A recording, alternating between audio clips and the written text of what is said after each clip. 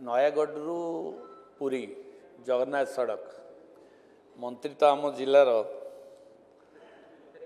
निहाती भाव से जो जगन्नाथ सड़क को प्रशस्तीकरण कर आवश्यकता रही से ध्यान देवे।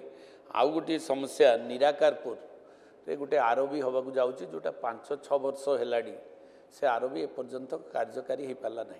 तार दुईटी कारण गोटे है लैंड एक्विजिशन एपर्यंत हो पारनी।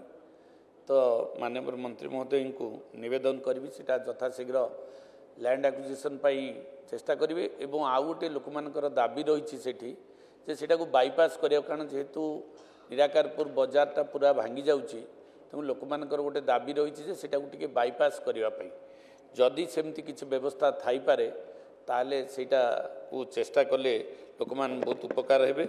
आउ द्वितीय कथा आउ गोटे कथा शुणा मिलूँ जे रामेश्वर ठारू पुरी पर्यंत जो जगन्नाथ सड़क रही ताकू जातीय राजपथर मान्यता मिलवा जाऊँगी। यह सत्य कि जदि सत्य ताले मंत्री महोदय उत्तर देवे। एवं मु शुणा पाऊँ तार टंका सैंक्शन होली यह केते टंका सैंक्शन होती जनइबे कि माननीय मंत्री निराकारपुर जो आरओबी से बाबद केवल लैंड एक्विजिशन इश्यू नहीं समस्या थिला जो थे कि टांगी तहसीलदार तार लैंड शेड्यूल दवा कथा थिला सेटा से देई नथिले एवं लैंड शेड्यूल देला परे से काम तुरंत आरंभ होबो। तार जो प्रक्रिया बाकी जो प्रक्रिया अच्छी तार जो टेंडरिंग एवं बाकी जो प्रक्रिया अच्छी से कार्य को आगु को जीवो।